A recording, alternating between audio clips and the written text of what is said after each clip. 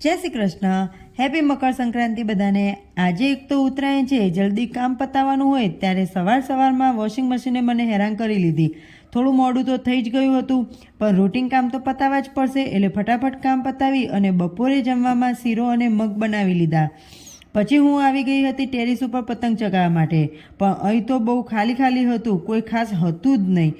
પછી અમે આવી ગયા હતા નીચે જમવા માટે, અને ઉત્તરાયણ એટલે દાનનો મહાપર્વ। આજે તો જેટલું તમે દાન કરો એટલું ઓછું છે।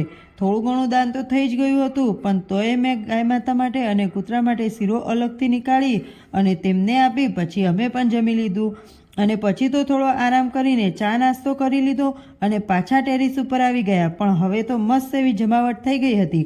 પછી તો મસ્ત ફોટા પાડ્યા, રીલ શૂટ કરી, અને કોઈ પણ તહેવાર હોય ગુજરાતીઓ ગરબા વગર તો પૂરો કરે જ નહીં, એટલે અહીંયા મસ્ત એવા ગરબા પણ રમી લીધા અમે। અને પાછું રહી જતું હતું તો આતાશબાજી પણ કરી લીધી। એક દિવસમાં 3 તહેવારનો માહોલ થઈ ગયો હતો।